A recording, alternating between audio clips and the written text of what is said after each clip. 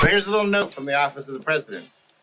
Caige Moore. He loves golf, right? I love golf. Everyone knows that. There's certain things that I love about golf that have nothing to do with the fact of playing golf and hitting a good score or anything like that. I love golf because it literally tells you all about a person. You're gonna get 4 hours with that person, one-on-one. You're gonna be talking a lot. You're gonna find out, does that person like to be outside? Is that person an introvert or an extrovert? Can they hold a conversation? Do they look at you in the eye? Are they athletic? Do they cheat?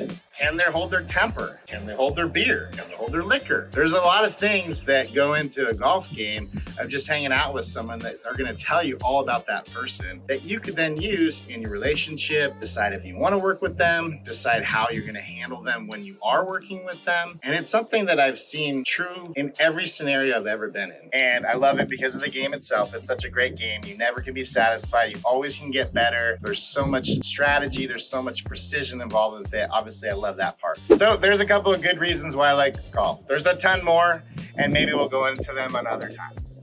I'm Caige Moore, president of Studio 3. That's some hole-in-one knowledge right there.